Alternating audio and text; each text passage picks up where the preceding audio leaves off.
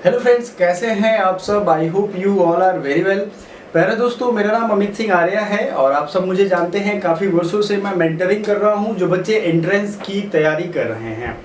सबसे पहले मैं अपना इंट्रो भी दे देता हूं आपको। मैंने अपना ग्रेजुएशन यानी कि बीए बनारस हिंदू यूनिवर्सिटी से कंप्लीट किया है। फिर मैंने masters in social work complete किया Banaras Hindu university, department of sociology.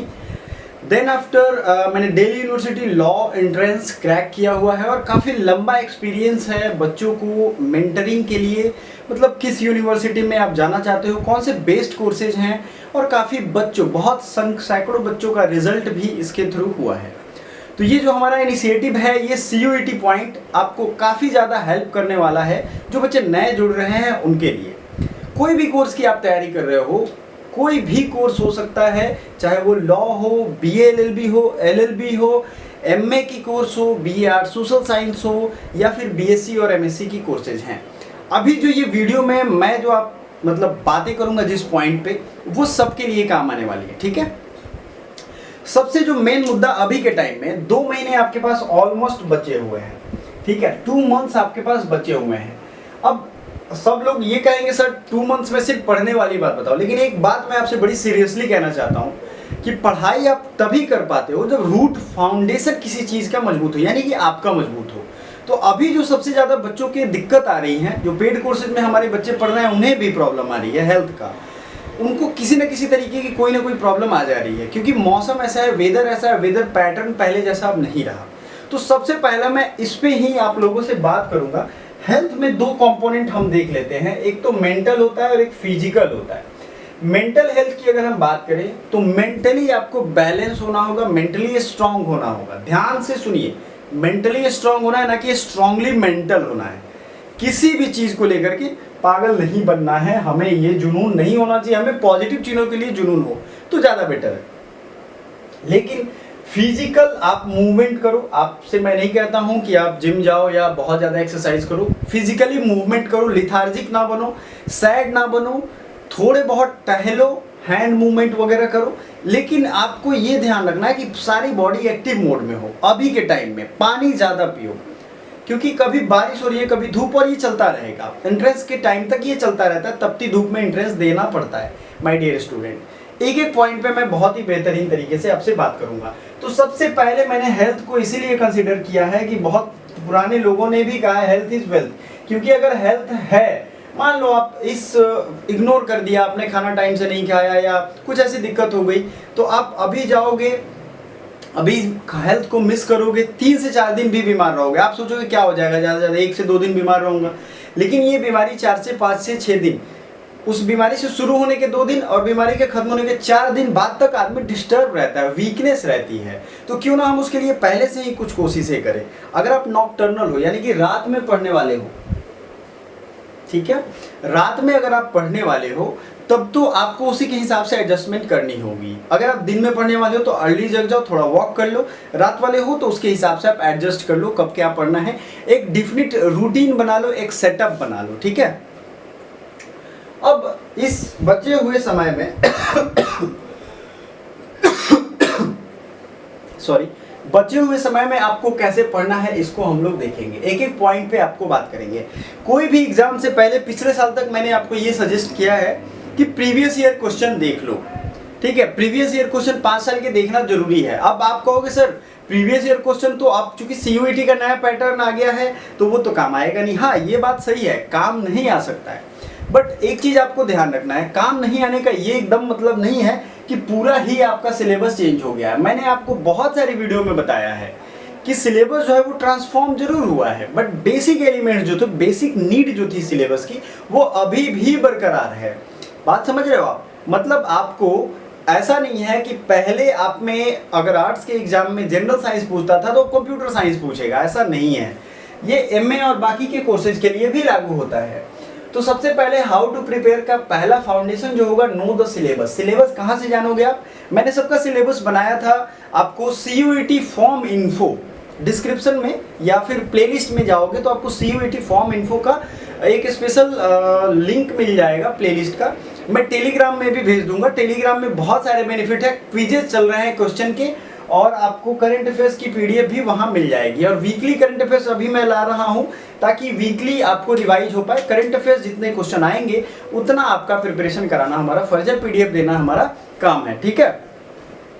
चलो जी, तो सबसे पहले सिलेबस जानने का जो ऑफिशियल डॉक्यूमेंट है, ठीक है, क्या है, ऑफिशियल डॉक्यूमेंट, इस पे आपको डिपेंडेंट रहना है। ऑफिशियल डॉक्यूमेंट जो होगा वो आपको cuvt.nta.ac.in पे मिल जाएगा। हमने टेलीग्राम में भी भेज रखा है और सारी यूनिवर्सिटी का भेज रखा है। आपको जाना है फाइल सेक्शन में ढूंढना है, ठीक है, ये ध्यान रखना है। वहां से आप ऑफिशियल सिलेबस एक जगह नोट कर लो या फिर उसका स्क्रीनशॉट ले लो, बट सबसे बेटर क्या रहेगा आपके लिए, नोट कर लो। नोट करने के बाद बुक लिस्ट, अब सोचोगे कि सर बुक लिस्ट कहाँ से लाएं। हर वीडियो की यानी हर कोर्सेज की हमारे पास बुक लिस्ट की वीडियो है उसके प्लेलिस्ट में। जैसे ये आप डिस्क्रिप्शन में जाओगे तो एक एक प्लेलिस्ट बना हुआ है, बीए आर्ट्स का, एलएलबी का एंड और भी जो कोर्सेज हैं, BA LLB, LLB, BA arts, social science, MA के प्रोफेशनल कोर्सेज, एमएसडब्ल्यू, एमएससी, सबकी बुक लिस्ट बनी हुई है, ठीक है। तो उसमें मैम ने भी बताया है और मैंने भी बताया है कि किसके लिए कौन सी किताबें जरूरी हैं, जीके के लिए कौन सी किताबें, कौन से चैप्टर जरूरी हैं, सारी चीज़ें आपको अवेलेबल हैं। टेलीग्राम ज्वाइन कर लोगे तो टाइम टू टाइम हम आपको उस पर लिंक भी शेयर करते रहते हैं, जिससे भटकने की संभावना कम रहती है। तो बुक लिस्ट आपको वहाँ से मिल जाएगा।